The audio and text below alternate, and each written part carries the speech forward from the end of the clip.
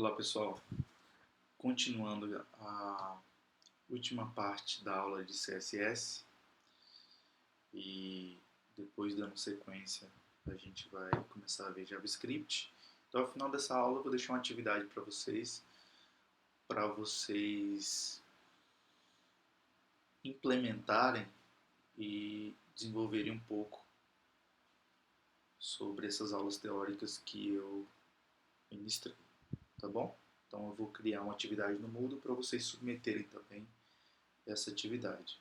Então eu vou dar agora algumas dicas e recomendações de programação CSS. Né?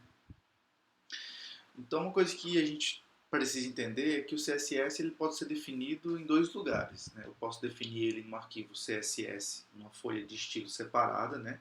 No arquivo .css, ou posso também colocar o CSS dentro do meu arquivo HTML, certo? Qual que é o certo, qual que é o errado? Não tem o certo e errado, porém é altamente recomendável que você utilize arquivos CSS próprios para colocar o seu código CSS, tá? Então assim, não é proibido você inserir código CSS no seu HTML,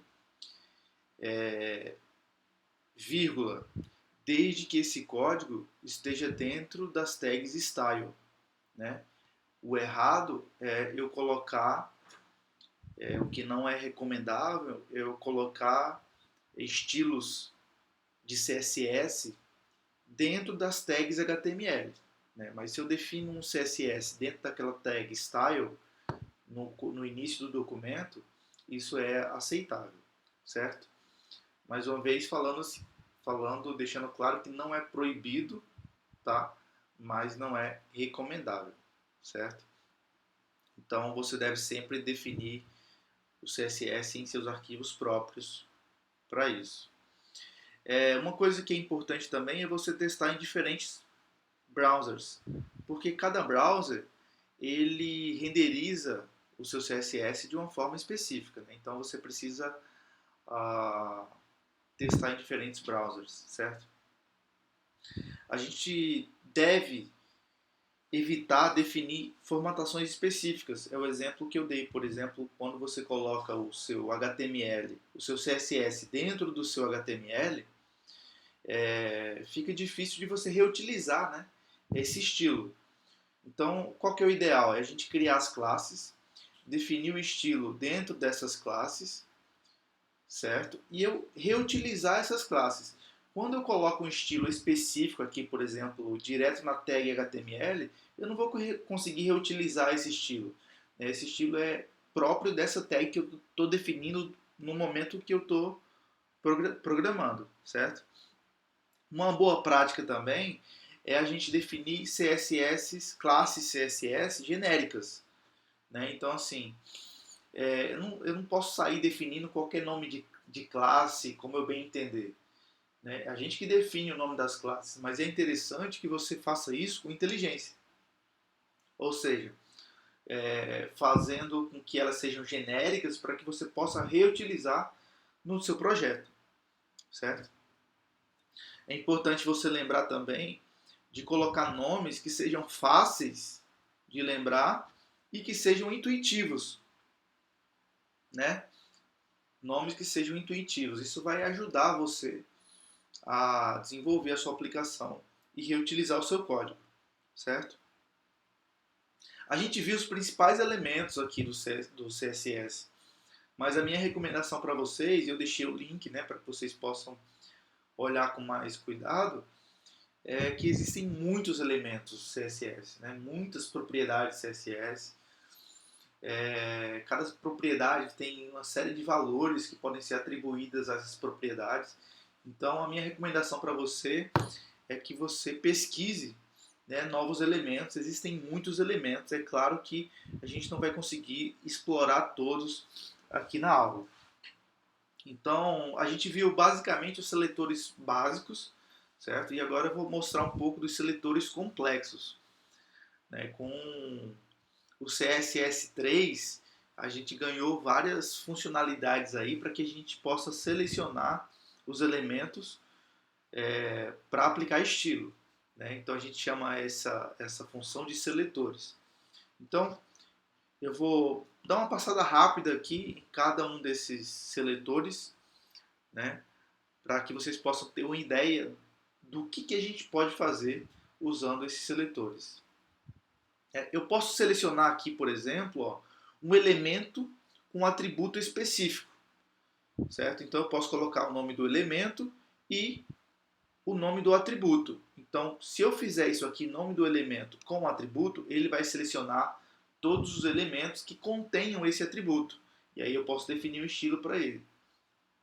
Eu posso colocar aqui, por exemplo, ó, o nome do elemento, né, que contém um atributo com um valor específico, o valor x, por exemplo. Então, se eu colocar lá uma tag table, certo? E definir que essa tag table ela tem um atributo chamado width, de largura, e colocar o valor dessa largura de 300 pixels e explicitar isso na declaração do meu CSS, o que eu estou falando? Eu estou selecionando todas as tabelas que têm o atributo definido largura igual a 300, certo? Quando eu coloco aqui, ó, o nome do elemento, atributo til igual e o valor do atributo, eu estou selecionando um atributo cujo valor é uma lista separada por espaços, sendo que um dos valores é x, certo? Então, eu posso ter vários valores definidos para esse atributo e um desses valores é o valor que eu estou definindo aqui no valor x, certo? Aqui, por exemplo, ó, ATR circunflexo igual ao atributo, eu estou selecionando o elemento que o atributo comece exatamente com a string x, certo? Então eu defini lá um atributo e esse atributo começa com uma palavra, certo? E essa letra é x. Então eu vou selecionar todos os elementos que tenham esse atributo e o valor desse atributo começa com uma letra x, certo? Aqui, por exemplo, ó, eu estou selecionando um elemento cujo atributo contenha a string x, certo? Contém a string x. Então é bem intuitivo, mas é necessário que você grave aí essas sintaxes, certo? Nesse exemplo aqui, ó, um elemento que tem um atributo específico com valor que é esperado por hífen, começando com n, da esquerda para a direita, certo? Esse exemplo aqui de baixo, o elemento root, seleciona o elemento root do documento, certo? Normalmente é a tag HTML. Esse outro exemplo aqui, ó, nthchild, seleciona um objeto n de um determinado elemento, certo? Então eu tenho um elemento, eu tenho elementos filhos dentro desse elemento, eu posso selecionar o elemento n na ordem em que aparece, certo? Se eu usar esse seletor aqui, ó, elemento empty, eu estou selecionando o elemento vazio, ou seja, sem filhos, incluindo elementos de texto, né? Então, assim, sabendo usar bem os elementos, os seletores, eu consigo aplicar e reutilizar o meu estilo de forma mais inteligente e mais eficiente, certo?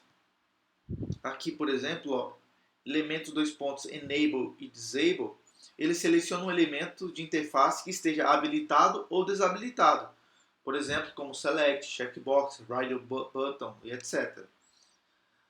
Certo? Esse aqui de baixo, o elemento checked, obviamente vai selecionar elementos que estão checados, como um radio button, um checkbox e assim por diante. Olha esse seletor aqui que interessante, ó. E maior que F. Seleciona os elementos E que são filhos direitos de F, certo? E mais F seleciona o elemento F que precede imediatamente o elemento E, certo? Eu coloquei um link aqui, ó, que é uma lista atualizada pela W3C com todos os seletores, certo? Eu gosto bastante esse site aqui, que eu já passei anteriormente, chamado W3 School, que lá tem vários elementos, vários exemplos, e você pode brincar também, você pode exercitar. Ele dá a opção de você programar lá e ele renderiza a sua programação lá nesse site, certo? Então fica a dica aí para vocês se aprofundarem nesses seletores e nos demais elementos do HTML, esse site W3 School. A gente tem uma funcionalidade no CSS de gradiente. Gradiente é aquele efeito visual onde você muda gradualmente de cor ou de transparência de um elemento, certo? E aqui eu coloquei um código de exemplo junto com um fallback de imagem. Ou seja, se o browser não conseguir renderizar esse seu gradiente por N motivos, ou ele não tem suporte ainda, ou enfim, você coloca uma imagem, certo?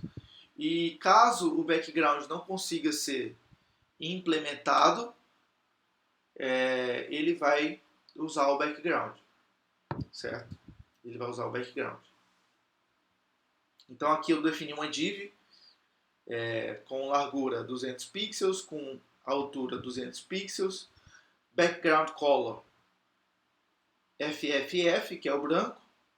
Aí aqui, ó, eu coloquei o fallback da imagem, images/gradiente.png. Ou seja, caso o browser não aceite essa feature, ele vai colocar o gradiente.png, a imagem, certo? E aqui, ó, enquanto todos os browsers não implementem todas essas features, né, essas características, funcionalidades, eu preciso usar esses prefixos aqui, ó, -mos para Firefox, -webkit para Safari e o Chrome e -o para o Opera, certo? E aqui eu defino, ó, linear gradiente, um gradiente linear do verde para o vermelho, certo? Então é bem simples de usar essa funcionalidade. Então, como que eu defino o tamanho do gradiente? O padrão é que o gradiente ocupe 100% do elemento, como a gente viu no exemplo anterior. Mas muitas vezes a gente quer fazer apenas um detalhe de gradiente, né? Só a parte de baixo, só a parte de cima, etc. Nesse caso, a gente precisa definir um stop, para que o browser saiba onde deve terminar uma cor e aonde começar outra. Eu queria, pessoal, que enquanto vocês assistissem essas aulas, vocês implementassem esses exemplos, certo? E eu vou colocar também atividades relacionadas a isso para que vocês possam implementar. Basicamente, pegar esse código aqui, ó, jogar no seu HTML, no seu arquivo CSS e executar ele para ver como que funciona. Tudo bem, gente? E aí eu vou colocar uma atividade no Moodle para vocês submeterem essas implementações, certo? Basicamente é copiar, colar e ver como que funciona e alterando os parâmetros, as propriedades para vocês brincarem um pouco aí com esses exemplos, certo? Como que eu defino um stop? Ó, nesse exemplo aqui, ó, linear gradiente, green, red, 20%. Ou seja, começa no verde, certo? E 20% da tela vai ser vermelho, certo? Então,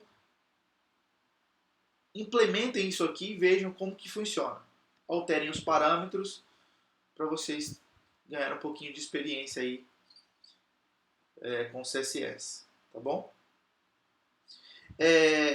Eu consigo também definir colunas no CSS, né?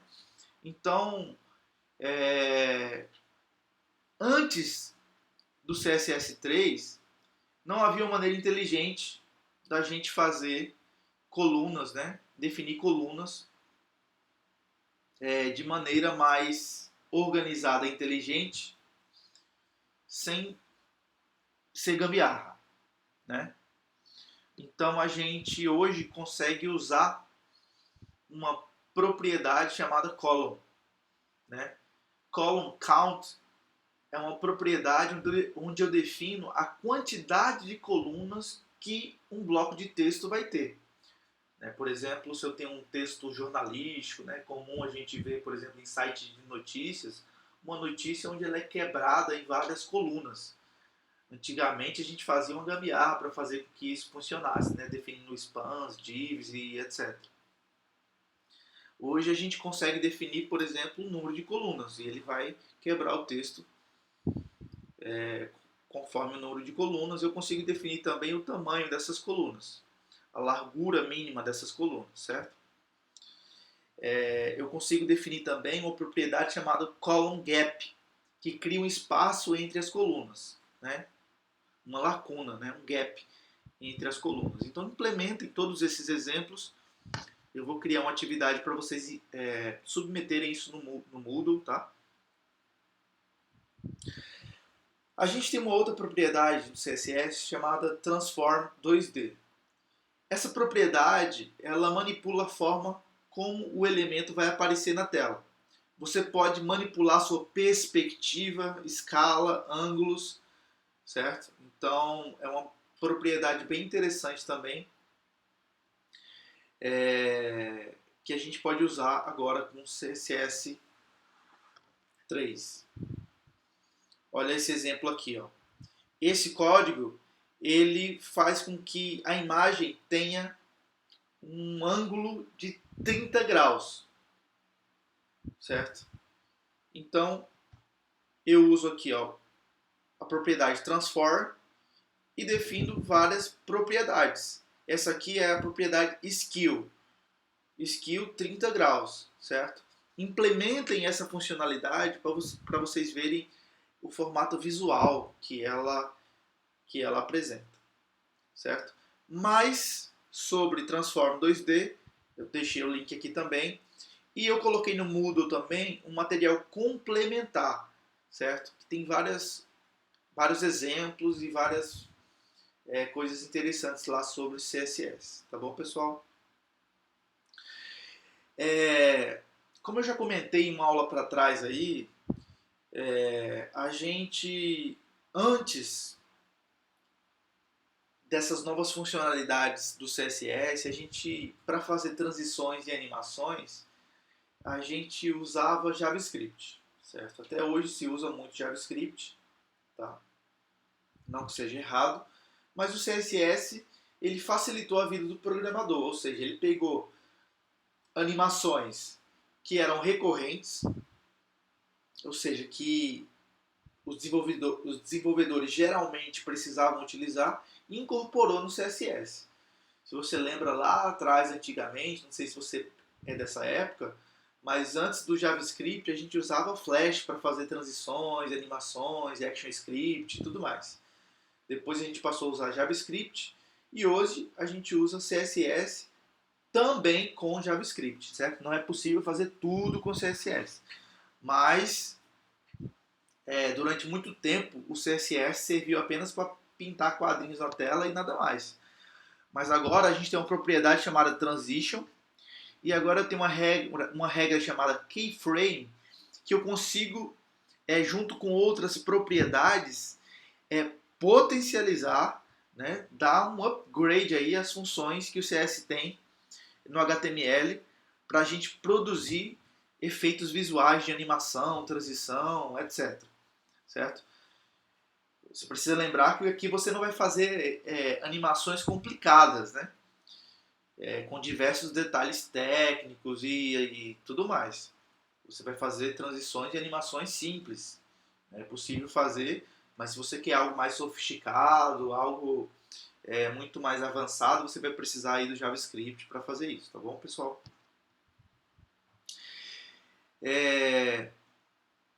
Para resultados com mais detalhes, existem outras ferramentas, certo? Propriedades do CSS usando JavaScript junto com HTML, API, do HTML5, incluindo Canvas e SVG, que com certeza fará um trabalho melhor com menos esforço, certo?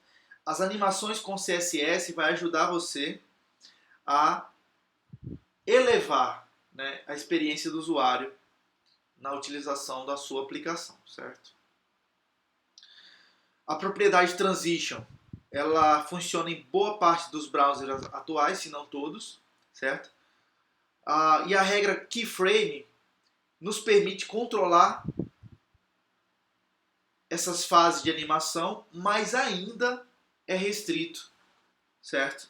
Em todos os navegadores, certo? A tendência é que tudo se padronize, certo? E a gente tenha uma uniformidade com relação a todos os browsers para a implementação dessas funcionalidades.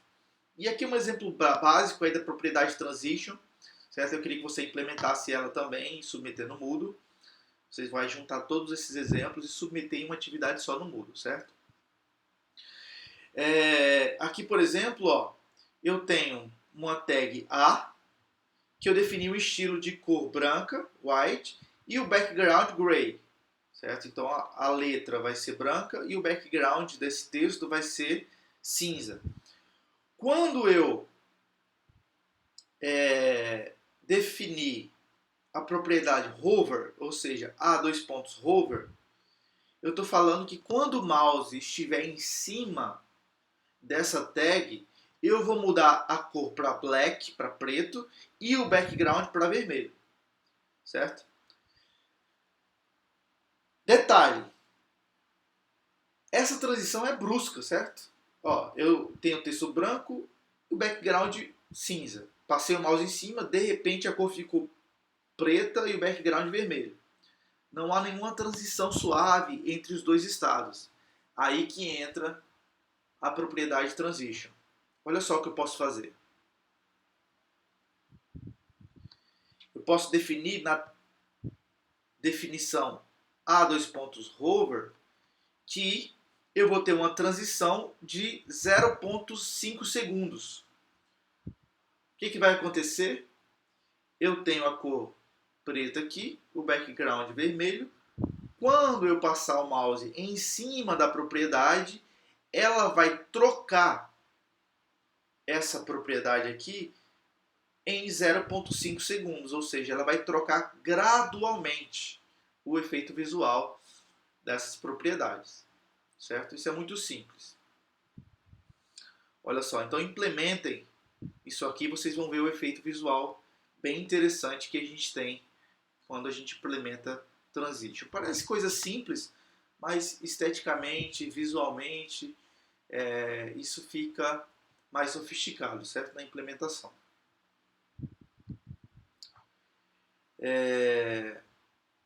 Então aí você pode brincar um pouco com essas funcionalidades, certo? Deixa eu dar um exemplo aqui da propriedade Keyframe. Olha só. Com a propriedade Keyframe, eu consigo fazer agora algumas animações, certo? Animações. Então, eu junto a propriedade agora Animation, certo? Com a regra Keyframe e agora eu consigo fazer animações. Olha só esse exemplo. Eu defini um keyframe aqui chamado roda-roda. Eu tenho uma definição from e uma definição to. Se fosse traduzir para português, né, seria de e para. Então, eu aplico a propriedade transform com o valor rotate, defino aqui o from 0 graus. Aqui no to, eu defino também a propriedade transform, só que agora com o valor rotate, 360 graus. Ou seja, ele vai sair desse estado aqui 0 graus para 360 graus aplicando o efeito rotate, certo? E aí, ó, eu defino aqui a minha div com largura 50 pixels, altura 50 pixels, margem 30%, background preto. Aí eu defino aqui, ó, animation name, roda-roda, ou seja, eu vou chamar esse keyframe que eu defini aqui em cima. Animation duration 0,5 segundos, é a velocidade que ele vai animar esse keyframe, certo? Time function linear, eu defino um tempo de função, certo? Eu defini que é linear. Iteration count infinito, ou seja, ele vai ficar rodando infinitamente sem parar, certo? E a direção alternate, ou seja, ele vai ficar alternando. Essa posição aqui, from e to, ele vai ficar alternando. Daqui para cá, daqui para cá, daqui para cá. Ele vai ficar indo e voltando, certo? O efeito visual disso vai ficar assim, ó. Indo e voltando, indo e voltando, certo? Implementem isso e vejam como que isso vai funcionar. Aqui basicamente eu estou descrevendo essas funcionalidades, certo? Mas eu já expliquei elas para vocês, certo? Eu posso também melhorar o código anterior usando a versão shortcode, que eu já usei naquela propriedade margem e padding, né? Que da aula anterior. É o mais recomendado porque enxuta o código, certo? Então eu posso usar esse shortcode aqui para em uma linha eu posso definir tudo isso aí. Olha só, ficaria mais ou menos assim, ó. Parece meio bagunçado, mas a hora que você entende o funcionamento fica bem simples. Tá bom, pessoal? Então, implementem isso aí, vejam como funciona, alterem os parâmetros e brinquem um pouco com esses exemplos. Certo? Olha só como ficaria o shortcode usando o exemplo anterior. Né? WebKit Animation, roda 0.5 segundos, linear e infinite alternate. Certo? Aqui eu posso definir ciclos também da minha animação.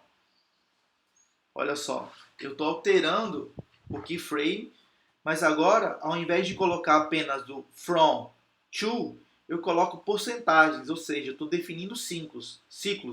Então, de 0% a 50% da minha execução, eu vou executar essa modificação aqui, e de 50% a 100% da minha animação, eu vou executar o restante.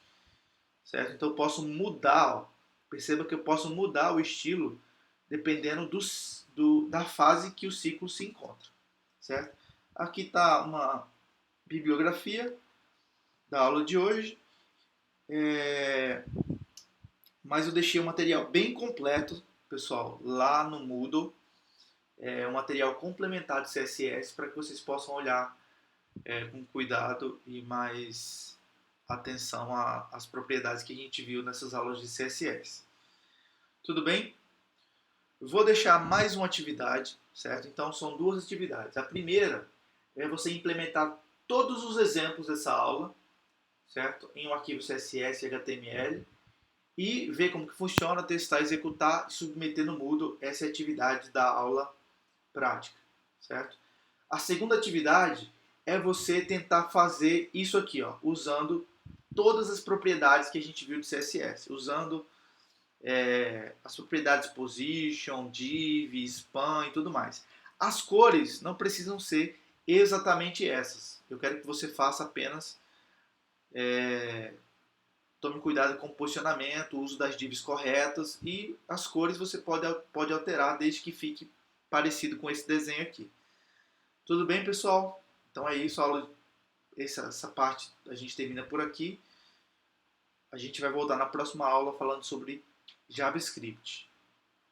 Até mais.